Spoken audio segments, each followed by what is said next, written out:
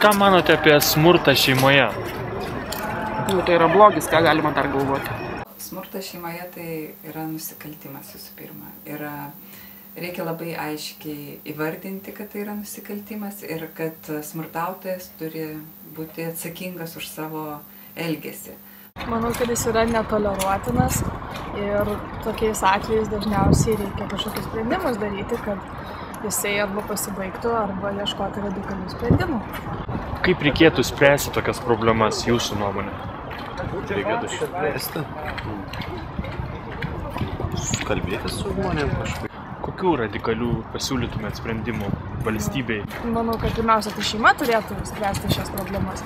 Pavyzdžiui, tokiais kaip skyrybos. Tai aišku, tai yra didžiulė problema.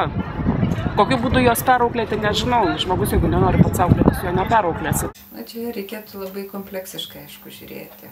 3 tokių priemonių kompleksas. Tai yra prevencinės priemonės. Kitas priemonių blokas tai turi būti apsaugos priemonės. Tai yra iš tikrųjų valstybė turi užtikrinti, kad nukentėjusioji būtų apsaugota nuo smurto šeimoje.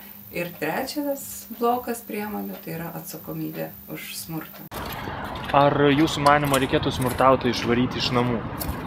Galime, aišku, ieškoti kažkokio kompromiso, bet tas smurtautojas greičiausiai, jisai, nežinau, neturi kažkokio suvokimo, to prasme, normalaus žmogaus. Ir dėl to, kad to atsikratyti, tai gali būti vienintelis sprendimas likęs.